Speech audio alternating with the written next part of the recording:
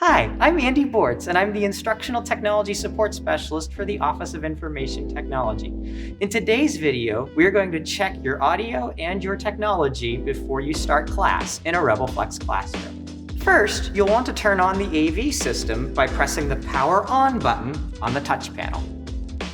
Once you've powered on the system, log into the computer using your ACE credentials and start your WebEx session.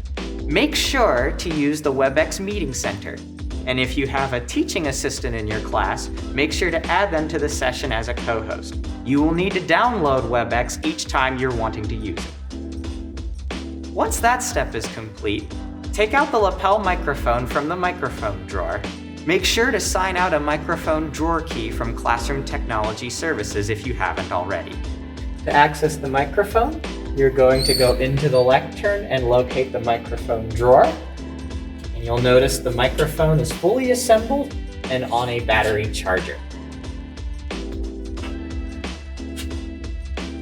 To power on the microphone, press the power button on the side of the belt pack and hold it in for a couple of seconds. You will notice a light on the top of the microphone, indicating that it's receiving power. You'll also want to unmute the microphone by flipping the mute switch in the opposite direction of the word mute. When putting on the microphone, it's important to make sure that the belt pack is secure somewhere on your body. To put the mouthpiece on, extend your thumb and pinky finger all the way, put your thumb on your chin and your pinky finger down to your chest. Wherever your pinky finger lands is where your mouthpiece should go.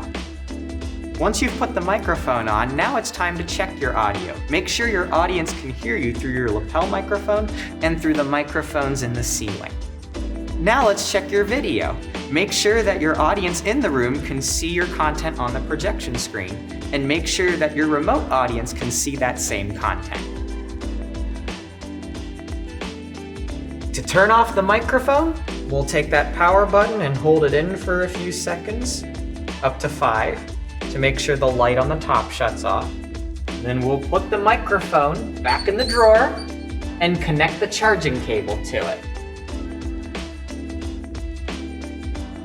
We hope this video helps. If you have any questions, please do not hesitate to contact us for assistance.